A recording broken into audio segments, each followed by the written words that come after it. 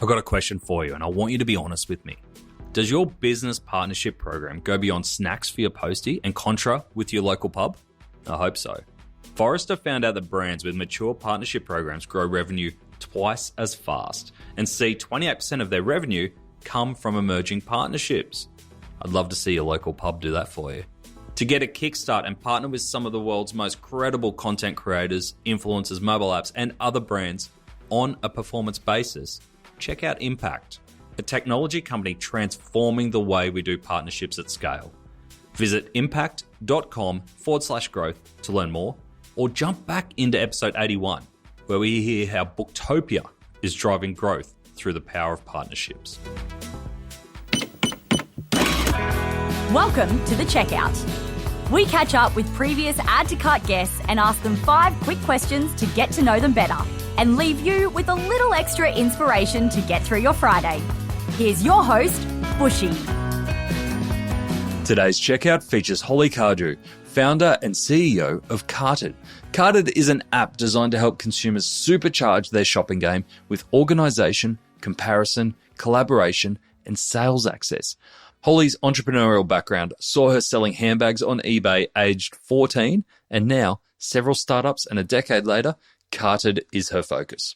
Holly, welcome to The Checkout. We've had a great conversation in our main episode around the exciting things that you're building at Carted, helping people pull together all those tabs into one organised place, which is an amazing thing, but also what is fueling that underneath with the Carted product graph, which will be very, very interesting to keep an eye on over the coming years. But here to ask 5 quick questions to get to know a little bit more about you. Number 1, what's the weirdest thing that you've ever bought online?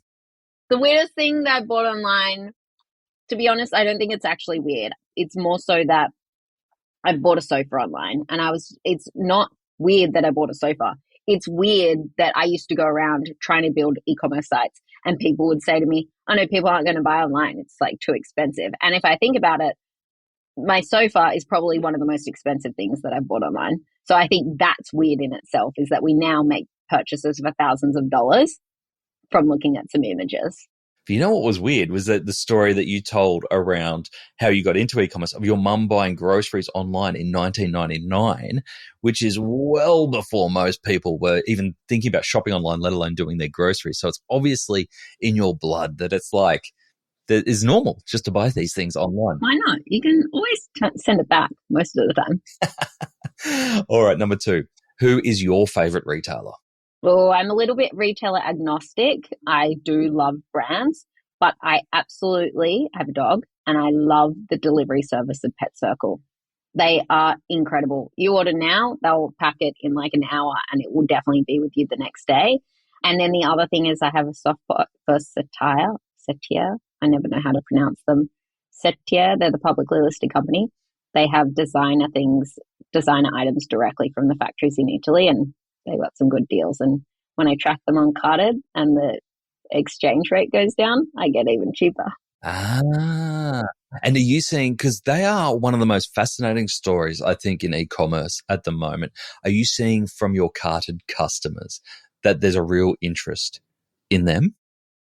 There's definitely an interest in designer items and tracking designer items, because they won't necessarily just be in the designer store, but they are a marketplace with a lot of designer items. So yes, it is. A lovely business model, carrying no stock. Yes. All right, number 3, which e-commerce practice do you wish was history? I would say fast fashion. I'm really into buying quality, and that doesn't mean expensive, but just fast fashion in general. And I think like intentional shopping is really becoming a thing. And consumers really do care. Like when we speak to our customers, a lot of them talk about intentional shopping, making sure that that's actually what they want versus an impulse purchase.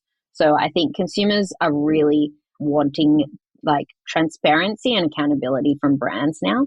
So I would say fast fashion is something we don't need more crap.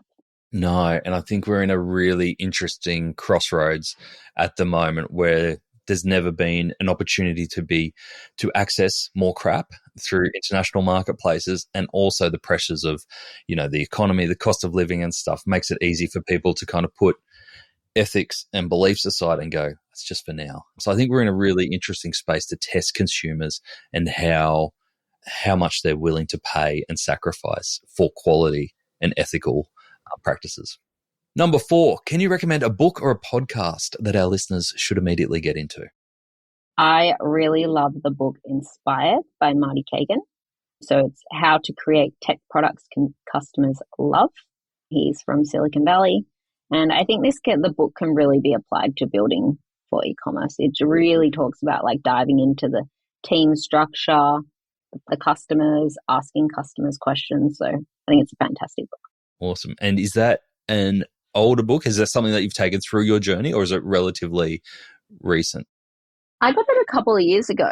Do you know Gavin from Disco Labs in Melbourne? Yeah, Gavin Ballard. Yeah, he's been on. He's a friend of the show. There you go. He gave it to me. And it's honestly one of the best books. So I've had it a couple of years. I'm a highlighter.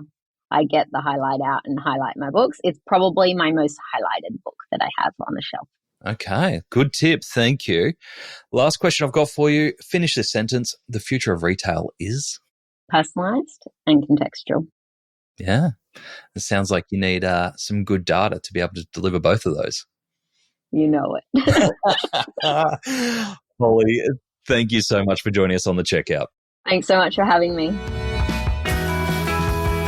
To hear more from Holly, jump back into episode 413, where Holly shares how Carted works. Think a massive product API that's available to customers.